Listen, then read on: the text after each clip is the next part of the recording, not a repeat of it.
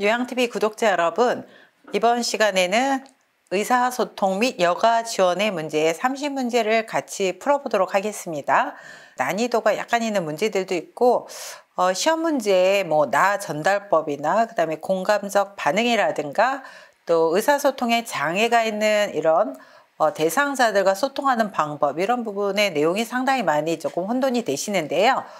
이 분야에 출제가 된 문제들을 중심으로 같이 풀어보도록 하겠습니다. 시작! 가볼까요? 자, 1번. 동료 요양보호사가 반복적으로 사적인 부탁을 할 때 나 전달법으로 의사소통하는 경우는, 자, 나 전달법은 뭘까요? 나를 중심으로, 나를 주어로 이야기를 하는 건데요. 상대방을 비난하지 않고 이야기하는 방법이죠. 그래서 한마디로 좋게 이야기하는 방법입니다. 그래서 나 전달법은 상대방의 행동이 나에게 미치는 영향에 초점을 두어서 이야기를 하는 표현 방식이죠. 그래서 상대방에게 지시를 하거나 강요를 하거나 비난을 하는 게 아니라 내가 원하는 바를 상대를 자극하지 않고 전달하는 이런 전달법을 나 전달법이라고 합니다. 자, 그래서 상대방의 행동이 나에게 미치는 영향에 초점을 두어서 이야기를 하는 거죠. 자, 그러면 사적인 부탁을 할 때 제가 해드릴 테니 걱정하지 마세요. 자, 이거 상대방의 행동이 나에게 미치는 영향 아니죠. 이번에는 다른 분에게 부탁하는 게 좋아요? 이것도 아니죠. 그건 규칙에 어긋나는 일이라고 생각하는데요. 이것도 자기 주관적인 방법이죠. 자꾸 이러면 내 생활에 지장이 있고 같이 일하기 불편해요. 자, 상대방의 행동이 나에게 주는 영향, 이거에 초점을 맞춰서 표현하는 방식이라고 했어요. 나 전달법은. 자, 그래서 사적인 부탁을 해서 내 생활에 지장이 있고 같이 일하기 불편해요. 네, 이게 이제 나 전달법이라는 겁니다.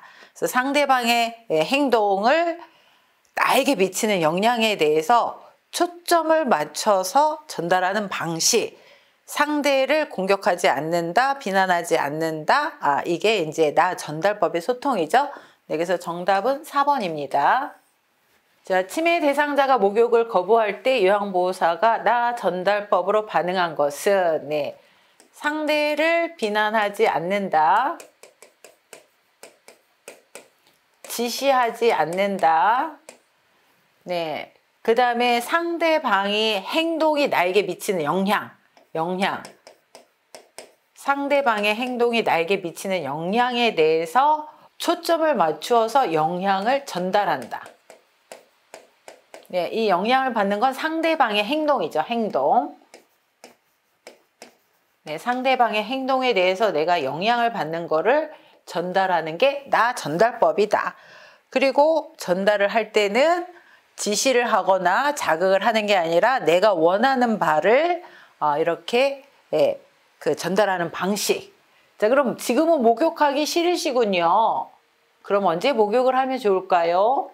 목욕하지 않으면 가려울까 봐 걱정돼요.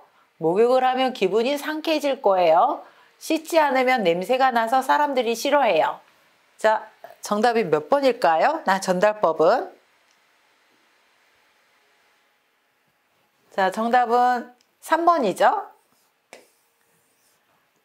어르신이 목욕하지 않으면 나에게 미치는 영향, 가려울까 봐 걱정이 돼요. 나에게 미치는 영향, 제가 걱정이 돼요. 그래서 어르신이 잘 씻어주면, 잘 목욕을 하시면 좋겠어요. 한마디 더 붙인다면 그렇게 갈 수가 있겠죠? 네, 그래서 정답은 3번입니다. 자, 3번. 다음 대화에서 효과적인 의사소통을 위한 요양보호사의 공감적 반응. 자, 공감적 반응은 의사소통에서 상대방의 말을 상대방의 관점에서 이해하고 상대방이 느끼는 감정을 같이 느끼고, 그리고 내가 느낀 바를 전달하는 방식, 이게 공감적 반응이죠. 예를 들면 엘리베이터에 같이 탔어요. 근데 엘리베이터가 10층에서 움직이지 않아요. 그러면 엘리베이터에 탄 두 사람은 어떤 공포스러운 감정을 느끼겠죠. 근데 둘이 감정이 공감이 되고 있죠. 공포스러운 감정, 이런 것들을 공감이라고 합니다. 그래서 어르신이 뭔가 말을 표현을 했을 때 내 생각이나 이런 것들을 얘기하는 게 아니라 상대방의 관점에서 이해하고 또 상대방의 감정을 같이 느껴주고 내가 느낀 바를 전달하는 방식, 이게 공감적 반응이라고 하죠. 자, 문제를 볼까요? 우리 애들은 왔다 간 지 너무 오래됐어. 다른 사람들은 손주들까지 데리고 자주 오는데. 자, 여기서 어르신은 어떤 마음을 느끼고 계세요? 손주들이 보고 싶으신 거죠. 그래서 자녀들이 많이 보고 싶으신가 봐요. 그동안 그런 말씀 안 하시더니 왜 그러세요? 연세가 많으시니 이것저것 서운한 게 당연해요.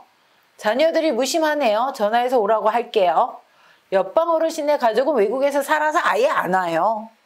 어떤 게 공감적 반응일까요, 여러분? 네, 1번이죠. 1번. 자녀들이 많이 보고 싶으신가 봐요. 네, 어르신의 어떤 감정을 같이 느껴주고 상대방의 입장에서 이해하고 같은 감정을 느껴주는 거, 이게 공감적 반응이라고 했습니다. 그래서 정답은 1번입니다. 자, 이번 문제도 공감적 반응에 대한 것을 물어보는 문제이네요. 자, 다음 대화에서 요양보호사의 적절한 반응은 딸, 엄마 이제 요리하지 마세요. 맛이 예전 같지 않아요. 대상자, 화를 내면서 방으로 들어가며 그럼 이제 내가 알아서 해먹든지 난 안 먹어. 이때 요양보호사가 대상자에게 다가가서 공감적 반응을 해야 되죠. 네, 앞으로 요리는 제가 만들어 드릴게요. 이만한 일로 밥을 안 드시면 본인만 손해예요. 요리 솜씨가 예전 같지 않다고 하니 속상하시죠? 이제 요리는 따님한테 하라고 하는 것이 좋겠어요? 엄마가 요리하기 힘드실까봐 그냥 한 말일 거예요. 네, 어떤 게 공감적 반응일까요? 네, 대상자의 입장에서 생각하고 같은 감정을 느끼는 게 공감적 반응이라고 했습니다. 네, 정답은 3번이죠. 요리 솜씨가 예전 같지 않다고 하니 속상하시죠? 네, 맛이 예전 같지 않다고 하니까 지금 속상하신 거잖아요. 네, 그래서 정답은 3번입니다. 자, 5번 문제 보도록 하겠습니다. 대상자와 대화할 때 비언어적 의사소통. 우리가 의사소통을 할 때 메라비언의 법칙이 있죠. 메라비언의 법칙은 비언어적인 소통이 전체 소통의 93%를 차지를 하고 있죠. 네, 언어나 말이나 뭐 이런 것들이 아닌 여러 가지 뭐 얼굴 표정이라든가 그 사람의 목소리라든가 또 제스처라든가 이렇게 말이나 글로 표현하지 않는 것들을 비언어적 의사소통이고, 메라비언의 법칙에 따르면 93%가 의사소통을 할 때 비언어적인 의사소통이 영향을 미친다. 자, 비언어적 의사소통에서 가장 영향을 많이 미치는 게 얼굴 표정이죠. 얼굴 표정. 그 다음에 두 번째가 뭔가요? 목소리죠. 목소리 톤. 보통 화가 나면 목소리가 뭐 하이톤이 되든가 아니면 저음이 되든가, 이 두 가지가 비언어적 의사소통에서 가장 영향을 미친다라고 생각을 하시면 되고, 자, 비언어적 의사소통에서 바람직한 방법, 바람직하지 않은 방법이 교재에 나와 있습니다. 네, 이 문제가 이해가 되지 않는 분들은 꼭 교재를 찾아서 정리를 해 보시기 바랍니다. 대화하는 내내 웃는다. 자, 웃는 거는 어떤 타이밍이 굉장히 중요합니다. 실없이 웃으면 기분 나쁘죠. 손가락으로 지적하며 이야기한다. 이렇게 손가락으로 지적하는 거 기분 나쁘죠. 네, 그래서 이거는 피해야 됩니다. 대상자와 같은 눈높이에서 이야기한다. 네, 이게 맞겠네요. 그래서 위에서 아래로 내려본다든가 아래에서 위로 쳐다본다든가 이런 것들은 좋지 않은 방법이죠. 그래서 같은 이 수평적 위치에서 이야기하는 거. 그래서 눈높이를 맞추는 거 중요합니다. 시선은 분산되지 않도록 한 곳에 고정한다. 네, 한 곳에 고정하는 게 틀리죠. 그래서 시선은 자연스럽게 두도록 한다. 한 곳만 이렇게 뚫어지게 쳐다보면 상당히 불쾌합니다. 그래서 이거는 피해야 되는 거죠. 대상자가 이야기하는 동안 계속 고개를 끄덕인다. 네, 리액션은 굉장히 중요하지만 과도한 리액션은 오히려 부담이 될 수 있습니다. 그래서 간간히 미소를 짓거나 아니면 적당히 고개를 끄덕이는 정도는 괜찮지만 계속 이렇게 고개를 끄덕인다. 오버 액션은 오히려 의사소통을 방해할 수도 있습니다. 정신이 산만해지죠. 자, 그래서 정답은 3번입니다. 자, 또 공감적 반응에 대한 문제가 나왔네요. 자, 6번 문제. 대상자가 코로나19 때문에 애들이 못 오니까 밥맛도 없고 외롭네 라고 이야기할 때 공감적 반응은, 자, 공감적 반응은 상대방의 입장에서 생각해주고 상대방의 감정을 같이 느끼고 내가 느낀 바를 전달하는 거. 이게 공감적 반응이라 그랬어요. 그래서 제일 중요한 거는 같은 입장, 상대방의 입장에서 생각하고 같은 감정을 느끼는 거. 이게 중요하죠. 자, 그러면 1번. 이런 상황에서는 당연히 못 오죠. 이거 요양보호사의 주관적인 생각이죠. 우울해지니까 다른 이야기 할까요? 코로나19 때문에 제가 더 외로워요, 어르신. 그동안 잘 참으셨는데 조금만 더 참으세요. 네. 자, 5번. 매주 보던 자녀분들을 못 보시니까 마음이 허전하시군요. 자, 어떤 게 가장 어르신의 입장에서 생각하고 감정을 같이 느끼고 있나요? 네, 정답은 5번이죠. 자, 7번 문제. 더러워진 옷을 갈아입지 않으려는 대상자에게 나 전달법으로 올바르게 의사소통한 것은, 자, 나 전달법은 상대를 비난하지 않고 상대를 탓하지 않고 상대방의 행동이 나에게 미친 영향을 초점으로 이야기하는 방식이라고 했습니다. 자, 그럼 매번 옷 갈아입기가 진짜 힘드네요. 옷을 갈아입으면 기분이 좋아질 거예요. 더러워진 옷을 갈아입는 것이 싫으시군요. 옷을 갈아입지 않으시니 건강을 해칠까봐 걱정돼요. 옷을 갈아입고 저와 함께 밖에 나가서 산책하실래요? 네. 어르신의 행동이 나에게 미치는 영향을 중심으로 이야기를 하고 내가 느낀 바를 전달하는 거. 답은 몇 번일까요? 4번이죠? 자, 8번. 다음에 의사소통 방법이 도움이 되는 대상자는, 자, 의사소통에서 소통에 장애가 있는 분들이 있습니다. 그래서 노인성 난청, 또 시각장애, 언어적 이런 그 장애, 그다음에 판단력, 인지력 장애, 주의력 결핍 장애, 그다음에 진압력 장애. 네, 그래서 각 소통 방법을 몇 가지를 기억을 하셔야 되는데요. 자, 보기를 볼까요? 말의 의미를 이해할 때까지 반복하여 전달하고 이해 여부를 확인한다. 밝은 방, 입모양, 시선을 맞추며 말한다. 네, 밝은 방에서 입모양을 볼 수 있도록 시선을 맞추며 말한다. 이거 뭘까요? 노인성 난청이죠. 노인성 난청. 네, 귀가 잘 안 들리는 분들은 고음으로 얘기하는 게 아니라 낮은 톤으로 천천히 입모양이 보이도록 이렇게 이야기를 한다는 거죠. 실제 귀가 잘 안 들리시는 분들은 상대방의 입모양을 보고 말을 이해를 하는 경향이 많습니다. 네, 그래서 이 지문에 대한 해답은 노인성 난청이죠. 3번. 자, 9번 문제. 요양보호사가 대상자와 효과적으로 의사소통하는 방법으로 옳은 것은, 네, 자신은 항상 옳다고 말한다. 항상 옳다고 말하는 사람들 보면은 굉장히 말하기가 싫어지죠. 의사소통을 할 때 어르신의 이야기를 먼저 수용을 하고 좀 더 적극적으로 얘기를 하고 그 다음에 또 적절한 어떤 리액션을 취해주고 뭐 이런 것들이 이제 효과적으로 소통하는 방법인데요. 자신은 항상 옳다고 말한다. 네, 틀리죠. 모든 일의 전문가라고 말한다. 자신감 없는 소극적인 태도로 말한다.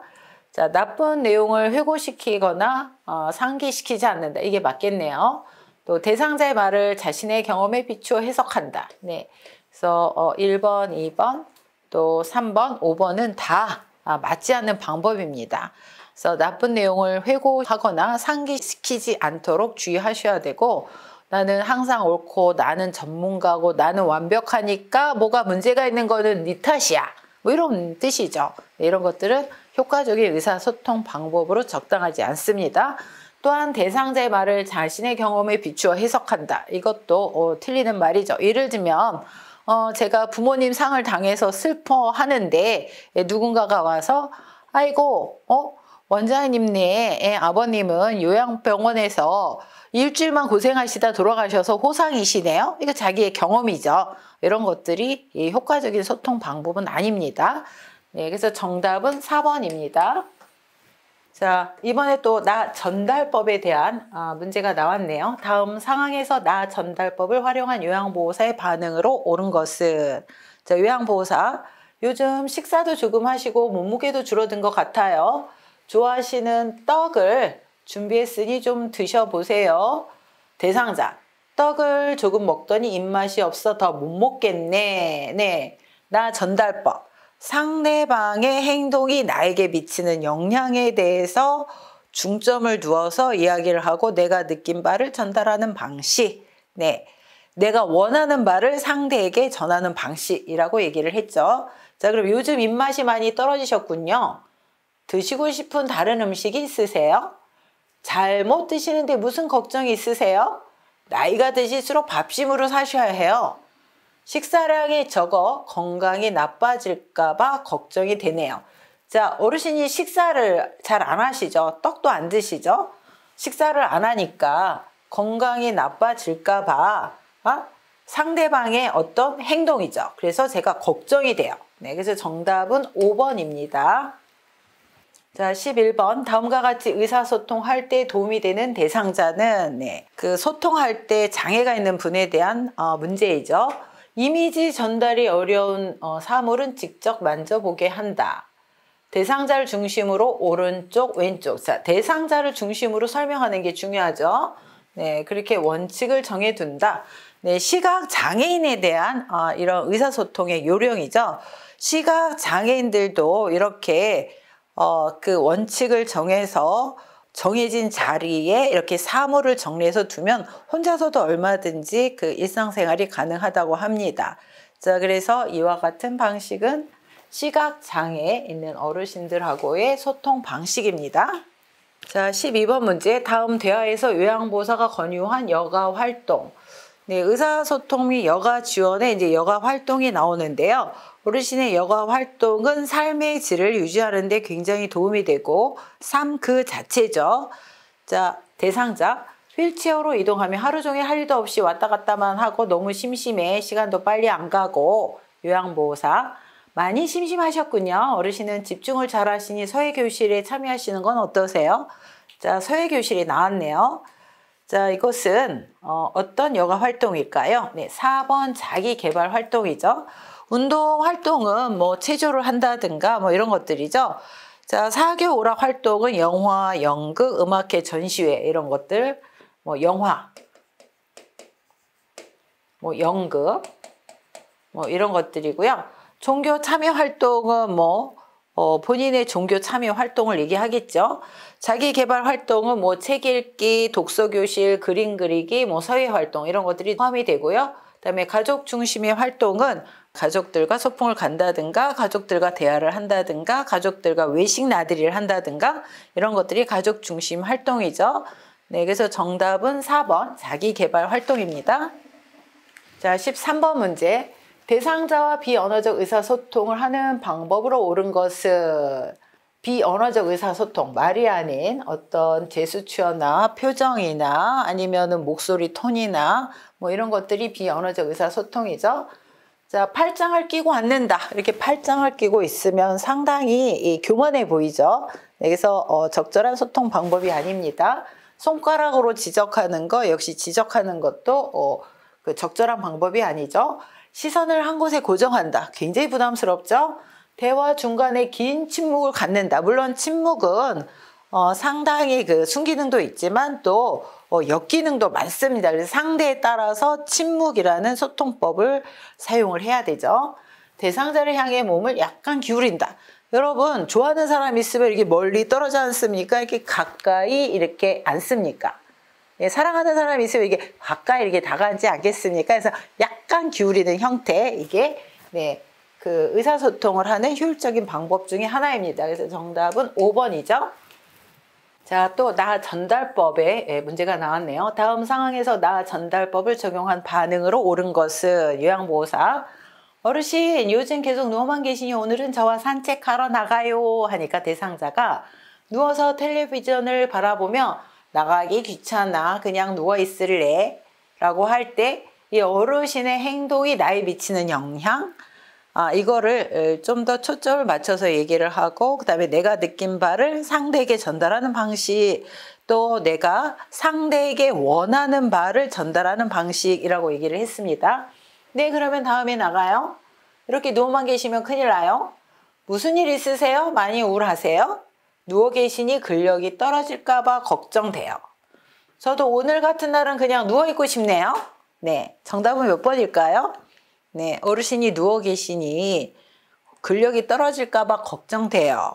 네, 상대방의 행동이 나에게 미치는 영향. 걱정된다는 거죠. 네, 그래서 정답은 4번입니다. 자, 15번 문제. 시각장애 대상자와 의사소통하는 방법으로 옳은 것은? 자, 요양보사가 아니라 대상자 중심으로 오른쪽, 왼쪽 이렇게 방향을 설명하는 게 좋습니다. 자, 그다음에 촉각을 이용하여, 눈이 안 보이니까 촉각을 이용하여 사물에 대한 정보를 전달한다. 이제 지금 이제 늦은 가을 이제 추위가 오죠. 자, 어르신 이제 따뜻한 옷을 입으셔야 돼요. 설명하는 것보다 자, 따뜻한 옷이니까 한번 옷이 두꺼워졌죠. 옷이 따뜻하게 좀 만져보도록 하는 거죠. 그래서 촉각을 이용해서 사물에 대한 정보를 전달하는 거, 이거 맞죠? 대상자를 만나면 말보다 신체 접촉을 먼저 한다. 자, 신체 접촉을 하기 전에 말을 먼저 해야 되죠. 안 보이시기 때문에 갑자기 신체 접촉을 하게 되면 놀라실 수 있습니다. 그래서 신체 접촉을 하기 전에 말을 먼저 이렇게 그 사람이 있다는 걸 표시를 하셔야죠. 자, 그래서 요거는 틀리죠. 또 이쪽 저쪽 등의 지시 대명사를 사용하지 않는다. 사용하지 않는다. 또 대상자와 마주보고 눈짓으로 신호를 주며 대화한다. 자, 5번은 노인성 난청이 있을 경우 말을 시작했는데 상대가 말을 하는지 아직 모르잖아요. 그래서 어깨를 살짝 다독이거나 또 눈짓으로 신호를 주며 대하는 거. 이거는 난청이 있을 때죠. 네, 그래서 정답은 2번이네요. 자, 청각 기능. 난청이죠. 청각 기능. 노인성 난청이 있는 대상자 의사소통하는 방법으로 옳은 것은 고음이 아니라 저음으로 또박또박 이렇게 이야기하는 게 요령이죠. 빠른 속도, 천천히 이야기를 해야 되죠. 빠른 속도가 틀리네요. 친근하게 느끼도록 반말. 네, 소통을 할 때 반말을 쓴다든가, 그 다음에 유아어, 뭐 맴매할 거야, 맘마 드셔야죠, 뭐 이런 거 다 유아어죠. 그래서 반말이나 유아어는 쓰지 않습니다. 대상자의 귀에 대고 속삭이듯 말한다. 이것도 잘못됐죠. 그래서 항상 정면, 소통에 장애가 있는 분들은 정면, 얼굴을 정면에서 마주보며 이야기를 하는 게 요령입니다. 밝은 장소에서 입을 크게 벌리면서 말한다. 네, 5번이 맞네요. 그래서 정답은 5번입니다. 자, 17번 진압력 장애. 자, 진압력 장애는 시간, 장소, 환경, 이것을 인지 못하는 이런 상태가 진압력 장애죠. 그래서 진압력 장애가 있는 대상자 의사소통을 할 때는 장소나 날짜나 시간에 대해서 자주 인식을 시키고, 또한 물건에 이름표를 붙여둔다든가, 또 본인의 이름을 불러준다든가, 이런 것들이 굉장히 좋은 방법 중에 하나죠. 자, 그래서 정답은 4번. 장소, 날짜, 시간에 대해서 자주 인식시킨다. 이게 정답은 4번입니다. 자, 18번 문제. 대상자가 정치적 견해를 이야기할 때 경청은 잘 들어주는 거죠. 잘 들어주되 그 사람의 입장에서 생각하고 들어주는 거. 네, 이게 경청이죠. 네, 그래서 미리 대답을 준비하는 거는 경청이 아니죠. 말이 길어지면 중단시킨다도 경청이 아닙니다. 자신의 경험에 비추어 해석한다. 이것도 아니죠. 의견이 다르더라도 일단 수용한다. 네, 정치적인 견해는 사실 굉장히 논란의 여지가 있습니다. 그래서 의견이 다르더라도 일단 수용해준다. 이게 맞겠네요. 핵심 단어를 중심으로 짐작하며 듣는다. 지레 짐작하는 거죠. 이것도 경청의 방법이 아닙니다. 그래서 정답은 4번입니다. 자, 19번 난청. 네, 난청, 귀가 잘 안 들리시는 거죠. 노인성 난청 있는 대상자와 의사소통하는 방법으로 옳은 것은 사물을 직접 만져보게 한다. 이거는 시각장애죠. 입을 크게 벌려야 되죠. 작게 벌리는 게 아니라 크게 벌려서 얘기를 해야 되죠. 그래서 틀리네요. 목소리를 높여 고음으로 말한다. 고음이 아니라 그랬죠. 저음으로 나지막하게 또박또박 이야기를 한다. 모든 물품에 이름표를 붙여준다. 이거 진압력 장애죠. 진압력 장애. 자, 그다음에 대화하기 전에 어깨를 가볍게 두드려 신호를 준다. 그래서 대화를 하기 전에 난청이 있는 분들은 그 상대방이 말을 하는지 빨리 알아차리지를 못하죠. 그래서 눈짓으로 신호를 하거나 어깨를 가볍게 두드려 신호를 준 다음에 이야기를 시작해야 되죠. 그래서 5번이 맞네요. 그래서 정답은 5번입니다. 자, 20번 문제. 알아듣기는 하나 말로 표현하기 어려워하는 대상자와 의사소통하는 방법으로 옳은 것은, 네, 이분들은 이제 언어 장애가 있는 분들이죠.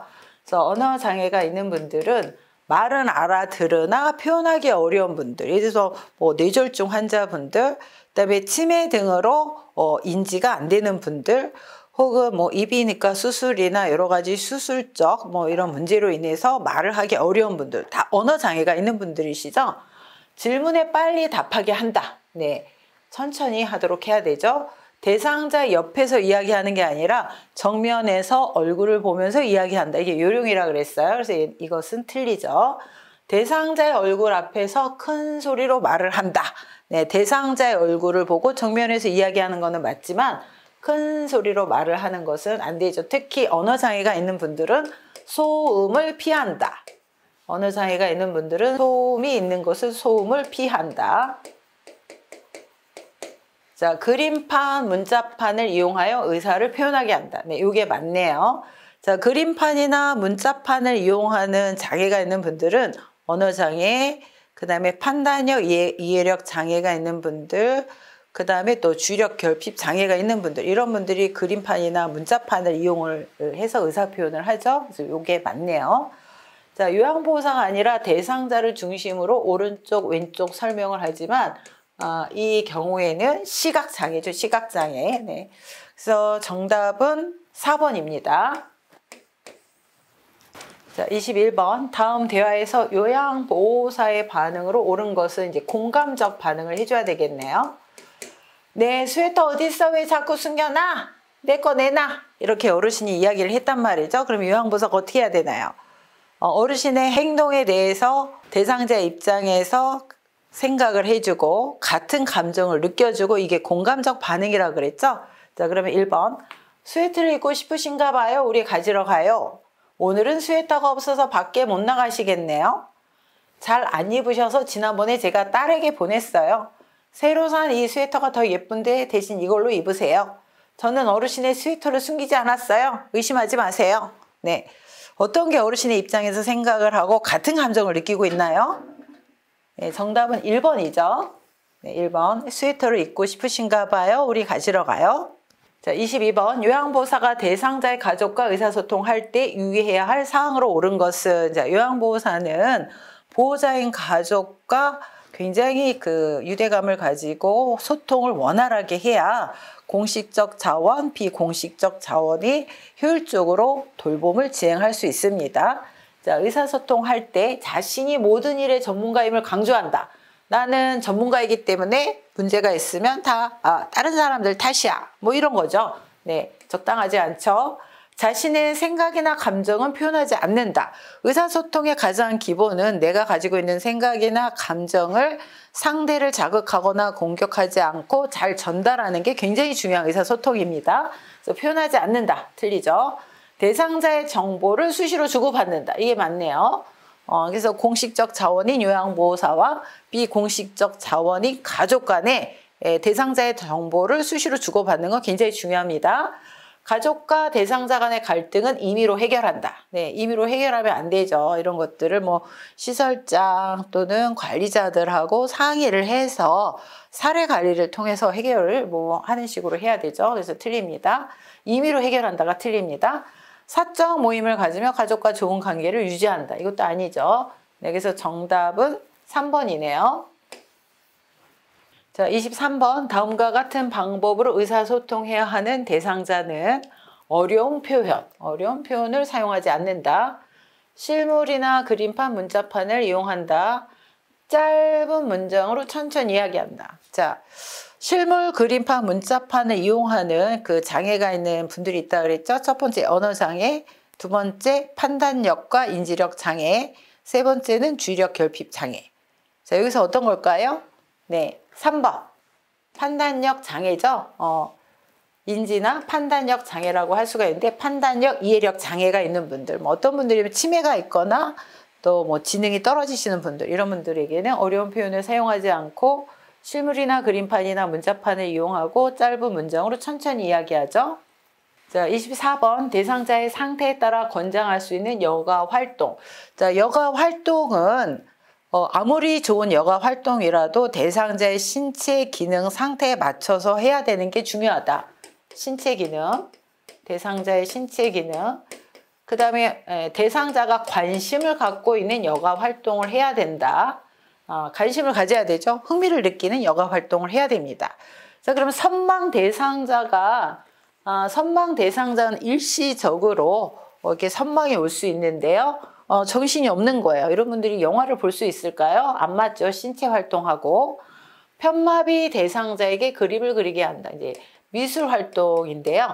편마비 대상자에게 가장 저희가 권장하는 여가 활동 중에 하나입니다. 그래서 미술 활동을 많이 하고 계시죠. 이게 맞겠네요. 관절염 대상자에게 배드민턴을 치게 한다. 신체 활동하고 맞지 않습니다.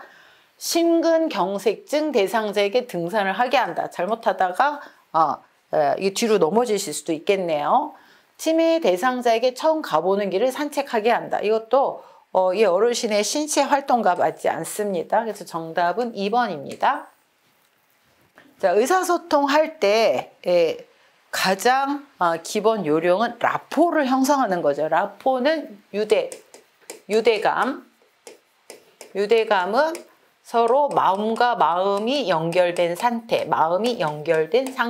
그래서 친한 사람하고는 이렇게 유대감이 있고 서로 마음과 마음이 연결이 돼서 어떤 표정이나 어떤 말을 했을 때 바로 알아차릴 수가 있죠. 자, 눈 마주치기를 피한다. 친한 사람하고 눈 마주치기를 피합니까? 이게 틀리죠. 시선을 한 곳에 고정한다. 이것도 틀리죠. 손으로 입을 가리고 말한다. 이것도 안 맞죠. 무슨 일이라도 털어놓고 말한다. 이게 맞겠네요. 마음에 들지 않으면 슬쩍 넘어가 피한다. 이것도 맞지 않겠죠? 네, 그래서 정답은 4번입니다. 자, 26번. 제가 대상자가 식사를 한 후 다음과 같이 말할 때 요양보호사의 공감적 반응. 공감적 반응 뭐라 그랬죠? 대상자 입장에서 생각해 준다. 대상자가 느끼는 감정을 같이 느낀다. 그리고 내가 느낀 바를 전달한다. 이게 공감적 반응이라고 얘기를 했죠. 자, 대상자. 지난번 요양보호사의 반찬은 내 입맛에 딱 맞았는데 그렇게 말씀하시니 기분이 나빠요. 제 앞에서 얘기하지 마세요. 안 맞겠죠? 그럼 그 요양보호사로 바꿔드릴까요? 이것도 안 맞겠죠? 이젠 제가 담당이니 그런 말씀 하지 마세요. 이게 다 자기 입장에서 얘기하는 거죠. 요양보호사 입장에서. 어르신의 입장이 아니라 요양보호사 입장에서 얘기하는 거죠. 이전 요양보호사가 손맛이 있었나 봐요. 저도 노력할게요. 네, 이게 이제 어르신의 입장과 어르신의 감정을 느끼고 있네요. 다른 어르신은 제가 만든 반찬이 맛있다고 하시는데 어르신은 왜 투정이세요? 이것도 자기 입장이죠. 네, 그래서 정답은 4번입니다. 자, 나 전달법에 대한 문제가 또 나왔네요. 자, 나 전달법은 상대방의 행동, 상대의 행동이 나에게 미치는 영향에 대해서 표현을 하고 내가 원하는 바를 상대에게 좋게 전달하는 거. 이게 나 전달법이죠. 자, 그래서 대상자의 식탁 위에 밥 먹은 그릇을 그대로 두어 밥풀이 말라 있을 때 나 전달법으로 적절하게 반응한 것은 식사를 하신 지 오래되었나 봐요. 이거 상대방의 행동에 대해서 내가 느낀 바를 이야기를 하는 게 아니죠. 내가 느낀 걸 얘기하는 게 아니죠. 밥풀이 하나도 안 남게 깨끗이 좀 드세요. 그릇이 그대로 있네요. 어디가 불편하세요? 밥풀이 말라 있는 것을 보니 맛있게 드셨군요. 설거지하기가 힘들어요. 상대방의 행동. 이렇게 말라있으니까 설거지하기가 힘들어요. 다 드신 그릇은 싱크대 물에 담가 두시면 좋겠어요. 상대방의 행동에 대해서 나에게 미치는 영향에 대해서 얘기를 했고요. 그 다음에 내가 원하는 바를 전달하는 거죠. 네, 이게 나 전달법입니다. 그래서 정답은 5번입니다. 자, 주의력 결핍 장애. 네, 이제 주의력 결핍 장애가 나왔네요. 자, 이런 분들은 이제 대인관계에 좀 문제가 있죠. 그래서 이런 분들하고 소통을 할 때 요령은, 자, 환경적 자극을 최소한으로 해야 됩니다. 환경적 자극을 주면 안 됩니다. 아까 소음을 피하는 거는 언어 장애가 있을 때였죠. 환경적 자극을 피한다. 주의력 결핍 장애입니다. 자, 복합적인 활동을 제시하는 게 아니라 단계적으로 단순한 활동을 제시한다. 단순한 활동. 네. 그래서 이거는 맞지 않죠? 익숙한 사물에 대한 내용으로 대화한다. 이게 맞겠네요. 한 번에 여러 내용을 명확하게 말한다. 한 번에가 아니라 단계적으로 이렇게 단순한 활동부터 제시한다라고 했죠. 그래서 요거는 한 번에 여러 내용이 틀리네요. 메시지를 큰 소리로 빠르게 말한다. 메시지를 큰 소리로 얘기를 하면 이게 어떤 소음 이런 자극이 될 수가 있죠. 그래서 단계적으로 단순하게 이렇게 설명을 해야 되는데 메시지를 큰 소리로 말을 하는 거는 적당하지 않겠죠. 네. 그래서 정답은 3번입니다. 자, 또 나 전달법이 나왔네요. 나 전달법. 상대방의 행동이 나에게 미치는 영향에 대해서 설명을 하고 내가 원하는 바를 전달하는 방식이 나 전달법이라고 했습니다. 제가 대상자가 업무 시간 이외 시간에 자주 전화를 하여 푸념을 할 때 나 전달법 반응한 것은 저한테 자꾸 전화하는 것을 보니 많이 외로우신가 봐요. 이거 아니네요. 저보다 자녀분들과 이야기를 하시는 게 좋을 것 같아요. 이것도 아니네요. 자꾸 전화하시니 제가 찾아뵈도 되는지 센터장님에게 물어보고 갈게요. 요새 스트레스가 많으신가 봐요. 제가 해결해 드릴 수 있는 일이라면 좋을 텐데요. 네, 이것도 틀리죠. 업무 시간에 자주 전화하니. 네, 상대방의 행동이죠. 나에게 미치는 영향, 제의를 못해서 힘이 드네요. 그래서 내가 원하는 바, 업무 시간에 말씀해 주시면 좋겠어요. 상대방의 행동이 나에게 미치는 영향, 그리고 내가 원하는 바를 전달하는 거. 이게 나 전달법이라고 했습니다. 그래서 정답은 5번입니다. 자, 30번 문제. 노인성 난청 대상자와 의사소통하는 방법으로 옳은 것은 대상자 옆이 아니라 정면, 얼굴을 보고 정면에서 얘기한다 그랬죠. 그래서 틀리죠. 입을 크게 벌려 낮은 톤으로 천천히 또박또박 얘기한다 그랬죠. 그래서 이것도 틀리네요.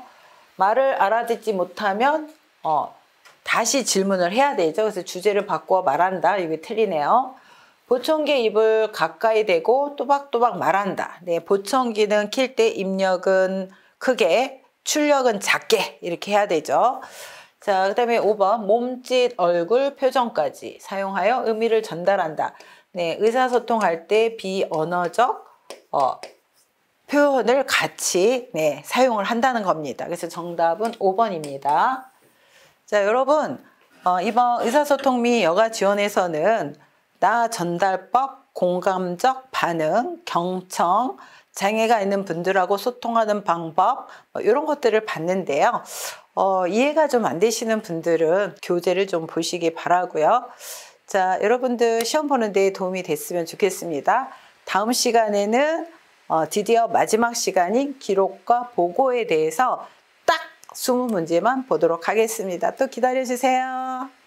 유양TV 구독자 여러분, 네, 이번 시간에는 요양보 업무 기록 및 보고 문항 20문제, 딱 20문제만 보고 넘어가도록 하겠습니다. 같이 한번 풀어볼까요? 자, 1번 문제. 방문 요양 서비스를 제공하는 중에 관리 책임자에게 신속히 보고해야 하는 상황은, 자, 신속하게 보고해야 되는 상황은 질병이나 또 신체 이상이 생겼거나 이런 문제들을 첫 번째로 보고를 해야 되죠. 체납고지서를 발견, 신체와 관련된 거 아니죠. 그 다음에 질병하고 관련된 것도 아닙니다. 근처에 사는 딸이 방문하였다. 이것도 아니네요. 쓰레기를 분리 배출하지 않았다. 이것도 신체와 관련 없죠. 대상자가 현기증과 두통을 호소한다. 자, 현기증과 두통을 호소하면 낙상이 될 수도 있고 뇌졸중이 될 수도 있고 여러 가지 질병하고 관련된 것들이죠. 네, 그래서 이거는 반드시 보고를 해야 됩니다. 방문을 열 때마다 삐걱 소리가 난다. 네, 이것도 신체와 관련 없죠. 질병과 관련이 없습니다. 정답은 4번이네요. 자, 2번 문제. 요양보호사가 사용하는 기록지의 종류와 기록 내용이 바르게 연결된 것은, 요양보호사가 작성해야 되는 기록에는 장기요양급여 제공 기록지, 상태 기록지, 사고 기록지, 인수, 인계서 이런 내용들이 있습니다. 자, 이 네 가지 서류 중에 먼저 상담 내용 및 결과. 네, 이거는 이제 상담 기록지인데 보통은 사회복지사 이런 분들이 작성을 하죠. 요양보호사 작성하는 서류는 아닙니다. 대상자의 욕구 사정은 사례 관리와 관련되어 있습니다. 사례 관리, 이것도 요양보호사가 작성하는 서류는 아니죠. 자, 하지만 이제 저희가 장교양에서는 급여 제공 계획서를 세울 때 대상자의 욕구를 사정하기도 하죠. 자, 그 다음에 사고 내용과 대응 결과. 이거는 이제 사고 보고서와 관련되어 있는 거네요. 그 다음에 섭취, 배설, 목욕 등의 상태. 이거는 상태 기록지죠. 상태 기록지. 여기서 보면은 이게 1번하고 관련되어 있네요. 서비스 제공 시간과 내용. 이것이 장교양 급여 제공 기록지와 관련된 내용이죠. 그래서 장교양 급여 제공 기록지는 요양보호사가 의무적으로 정해진 양식에 따라서 작성을 해야 되는 기록지이다. 그래서 장교양 급여 제공 기록지에는 서비스 제공과 시간과 그 다음에 내용이 반드시 기록이 되어 있어야 된다. 그래서 정답은 5번입니다. 자, 3번 문제. 방문 요양 서비스를 기록할 때는 최대한 구체적으로 기록한다. 이걸 기억하시기 바랍니다. 구체적으로 기록한다. 오전에 물을 많이 마셨다. 뭐 한 컵을 드셨는지 두 컵을 드셨는지 잘 모르겠죠? 점심 때 여러 사람이 5명인지 10명인지 잘 모르겠죠? 또 옆집에 마실 갔다 한참 만에 오셨다. 뭐 1시간 만에 오셨는지 10시간 만에 오셨는지 이것도 구체적이지 않죠?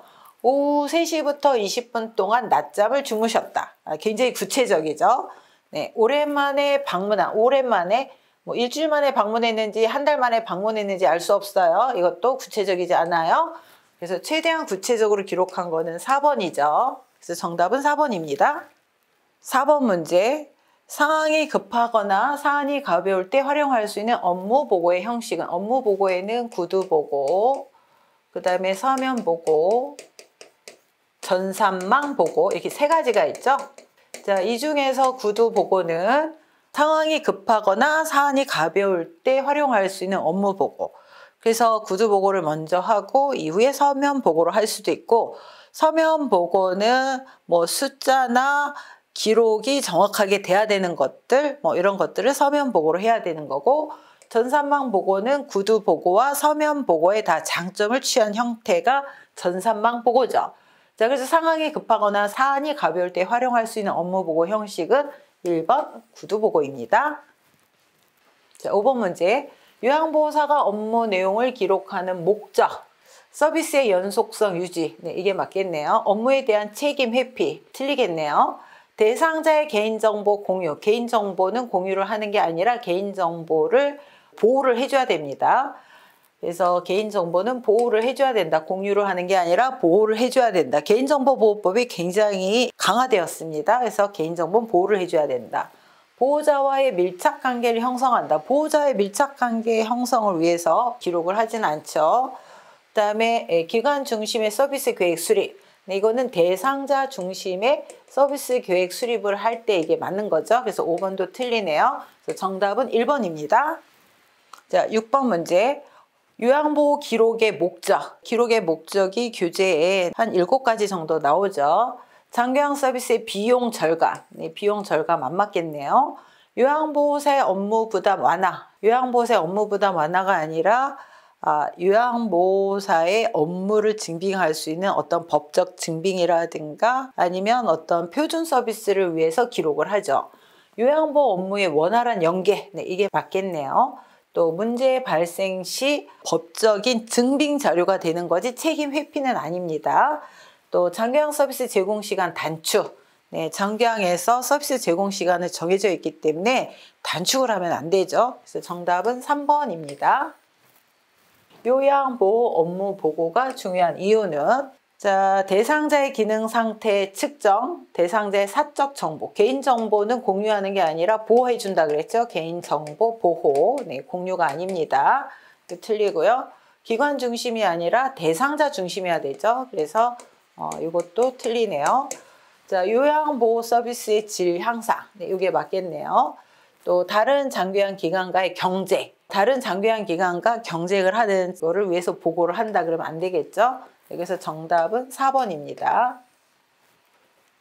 자, 8번 문제. 요양보호 기록의 목적으로 옳은 것은 네, 기록의 목적입니다. 기록의 목적. 서비스 제공을 제한하기 위한 게 아니죠. 요양보호 서비스의 질 향상을 위해서 기록을 하죠. 기관의 예산 평가와도 관련 없습니다. 업무에 대한 책임감 강화. 네, 이게 맞겠네요. 다른 대상자와 정보를 공유한다. 정보는 공유한다고 하지 않았어요. 보호를 해줘야 된다. 문제 발생 시 법적인 증빙 자료를 위해서 기록을 하는 거지 책임 회피는 아니라고 했습니다. 그래서 정답은 3번 업무에 대한 책임감 강화입니다. 자, 9번 문제 보도록 하겠습니다. 요양보호 업무 보고. 네, 기록과 업무 보고인데 좀 전에 기록에 대해서 봤죠? 업무 보고가 중요한 이유는 서비스 비용 결정 아니죠. 시설장의 직무평가 아닙니다. 대상자의 신체 기능 상태 측정 아니죠. 가족에게 서비스 제공 계획을 설명하는 것도 아니죠. 타 전문직과의 원활한 업무 협력. 그래서 기관에는 요양보호사뿐만이 아니라 전문 인력인 사회복지사, 간호사, 또 물리치료사, 영양사, 작업치료사 이런 전문 인력들이 있기 때문에 보고를 통해서 요양보호사가 가장 근접해서 서비스를 제공하는 인력이기 때문에 보고를 통해서 타 전문직과 원활한 업무 협력을 위해서 업무 보고가 중요합니다. 정답은 5번입니다. 자, 10번 문제. 방문 요양 서비스 제공 시 관리 책임자에게 반드시 보고해야 되는 상황은 사고라든가 신체적 어떤 그 변동 사항이라든가 뭐 이런 것들은 이제 질병하고 관련이 있겠죠. 이런 것들은 반드시 보고를 해야 되는 상황이죠. 대상자가 반려동물을 돌봐달라고 요청할 때 사고도 아니고 그 다음에 질병하고 관련된 것도 아니죠. 대상자가 넘어져 타박상을 입었을 때, 네, 요거는 사고죠. 반드시 보고해야 됩니다. 사고가 났을 때 혹은 사고가 날 뻔한 것도 반드시 보고해야 되는 내용이기 때문에 네, 2번이 맞습니다. 계절이 지난 대상자의 옷이 정리되어 있지 않을 때 사고나 어떤 질병과 관련된 게 아니죠. 또 대상자가 하루 종일 텔레비전을 볼 때 이것도 아니네요. 자녀의 안부 전화가 없다며 대상자가 속상해할 때. 네, 그래서 정답은 2번입니다. 11번 문제 보도록 하겠습니다. 요양보호 기록에 관한 설명으로 옳은 것은 한꺼번에 뭐가 기록하는 게 아니라 그때 신속하게 기록을 해야 되죠. 네, 그래야 오류를 피할 수가 있습니다. 공식화된 용어를 사용하여 기록한다. 이게 맞네요. 철자가 틀리거나 이럴 게 아니라 공식화된 용어, 그 직종의 공식화된 용어들이 있죠. 이런 용어를 사용한다. 이게 맞네요. 그다음에 기록지는 열람하기 쉬운 곳에 비치한다. 기록지는 잘 보관을 해야 되죠. 다른 사람들이 정보를 공유하지 않도록 개인정보를 보호를 해야 되기 때문에 열람하기 쉬운 곳에 비치하면 안 됩니다. 자, 요양보호사가 느낀 점을 중심으로 기록한다. 이거는 틀리는 말이죠. 요양보호사가 주관적으로 느끼거나 생각하는 것을 기록하지 않는다. 원칙이죠. 기록의 원칙. 어떻게 기록을 하느냐? 객관적인 것을 기록한다. 요양자의 생각, 감정, 요양보호사의 경험 이런 것들은 절대 기록하지 않는다. 객관적인 내용으로 기록한다. 이래야 맞는 거죠. 서비스 내용을 우회적으로 표현하여 기록한다. 틀리죠. 서비스의 내용을 간단 명료하게 기록한다. 이렇게 해야 맞습니다. 정답은 2번. 네, 2번이 맞습니다. 자, 12번. 다음 중에서 요양보호사가 기관장에게 신속하게 보고해야 되는 상황. 네, 사고, 질병, 또 신체적 어떤 변동, 이런 것들이라 그랬죠.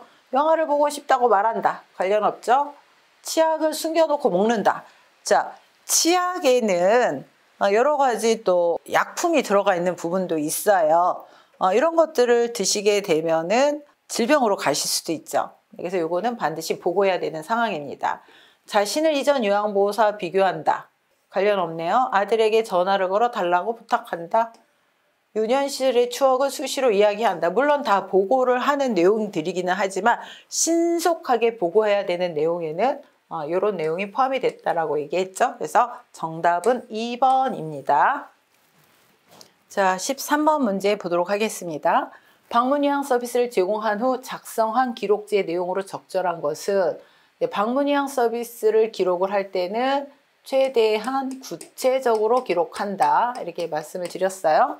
실금을 여러 번, 몇 번인지 안 나와 있죠? 오전에 물을 많이 마심, 많이가 얼마인지 정확하게 알 수가 없어요. 최근도 굉장히 숫자가 정확하지가 않죠. 최근이 뭐 하루 전인지 일주일 전인지 뭐 알 수가 없어요. 다 틀리죠. 오랜만에 기분이 좋아 보임, 오랜만에 뭐 일주일 만인지 뭐 하루 만인지 이것도 정확하지가 않아요. 그래서 구체적인 것은 오후 3시에 홍시 2개를 먹음. 네, 그래서 정답은 5번입니다. 자, 14번 문제. 요양보호사의 업무 보고가 중요한 이유는, 네, 미납된 장요양 보험료를 청구하기 위해. 네, 상식적으로 아니네요. 대상자 가족의 부양 책임을 강화하기 위해. 이것도 아니고요. 요양보호사 중심의 서비스를 제공하기 위해. 대상자 중심이어야 되기 때문에 이것도 틀리네요. 자, 기관의 이윤 증대를 위한 방안을 제시하기 위해. 이것도 아니네요. 사고에 대한 신속한 대응으로 피해를 최소화하기 위해. 그래서 특히 어르신의 사고를 날 뻔하거나 특히 경미한 낙상 사고라고 하더라도 반드시 보고를 해야 된다. 이걸 보고하지 않으면 더 큰 피해를 볼 수가 있다. 그래서 이런 보고를 통해서 신속한 대응으로 피해를 최소화하기 위해 이렇게 보고를 해야 되죠. 특히 어르신 낙상과 관련한 이런 것들은 신속하게 보고를 해야 됩니다. 그래서 정답은 5번입니다. 자, 15번 문제. 요양보호 기록의 목적. 네, 계속 여러분들이 지금 문제를 보면서 눈치를 채셨을 텐데요. 기록의 목적, 그 다음에 보고의 목적, 이런 것들이 계속 지금 반복해서 출제가 되고 있죠. 자, 요양보호 기록의 목적으로 옳은 것은 요양보호사의 능력 평가 아니겠네요. 요양보호사 서비스의 질 향상, 이게 맞죠. 그래서 기록의 목적 중에 하나는 요양보호 서비스의 질 향상이다. 대상자 보호자의 사생활을 기록, 이 사생활을 기록하면 안 되죠. 대상자의 건강을 진단하고 동료와 공유한다. 이거 틀리네요. 서비스 제공을 평가받고 대가를 지불받기. 네, 이것도 안 맞네요. 네, 상식적으로 뭐 생각해도 이거는 답을 금방 찾을 수 있겠네요. 그래서 정답은 2번. 요양보호 서비스의 질 향상을 위해서 기록을 하고 있다. 자, 16번 문제. 요양보호사의 업무 기록을 할 때는 최대한 구체적으로 기록한다. 그래서 특히 숫자나 증상이나 이런 것들을 구체적으로 기록한다. 자, 그래서 여기서 가장 옳게 기록을 한 것은 4번이겠네요. 9월 10일 오전 10시에 우유 200ml를 드셨다.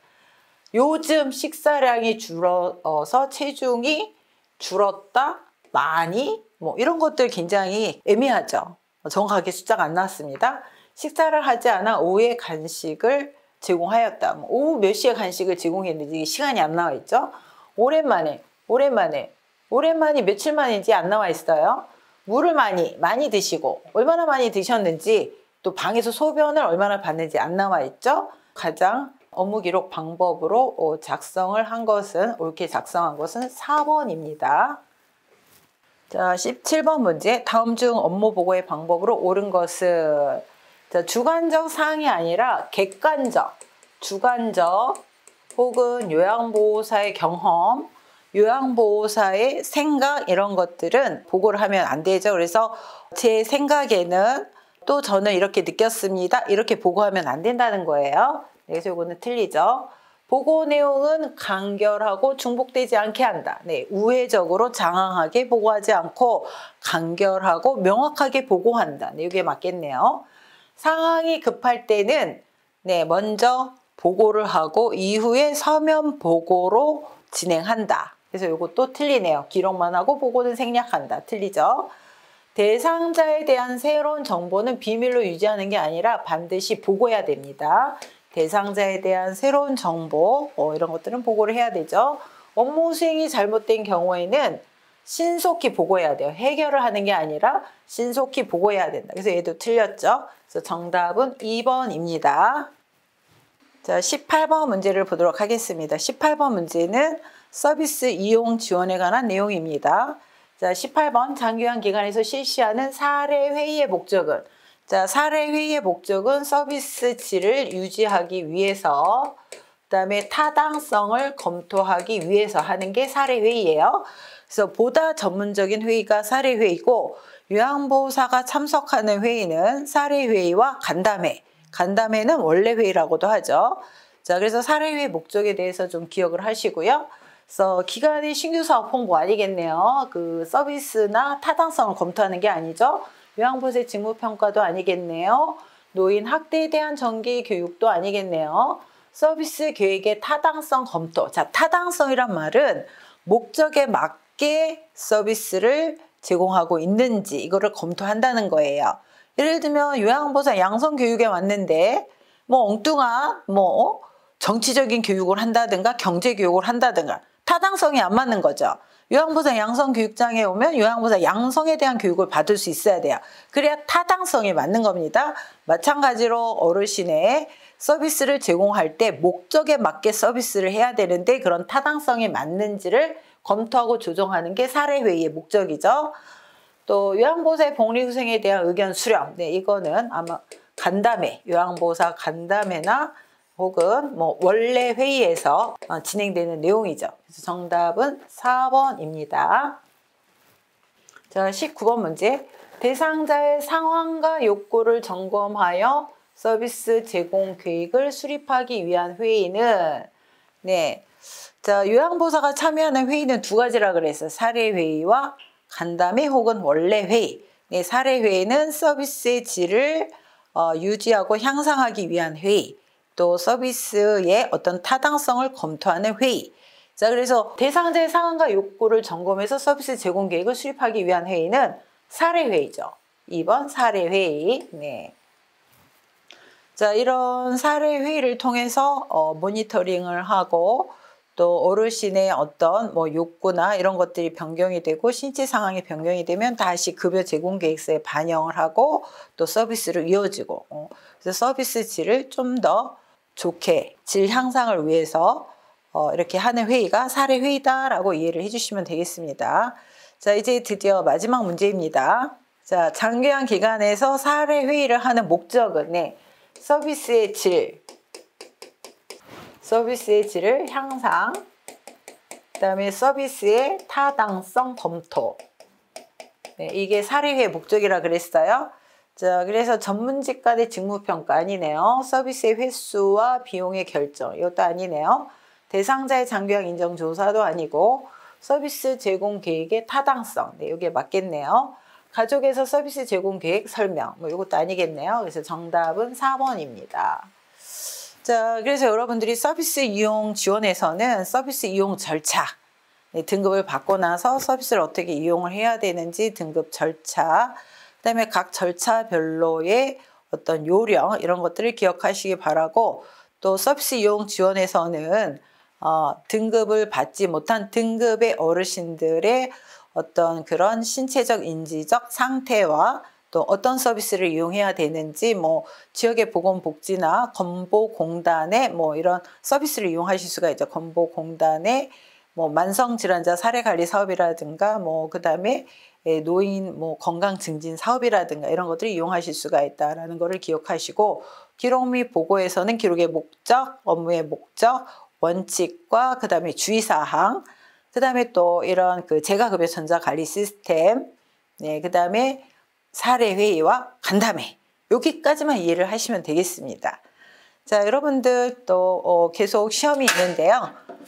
여러분들 다 모두 뭐 좋은 결과가 있으시기를 바라고 네, 여러분 합격을 기원하겠습니다. 네, 수고하셨습니다.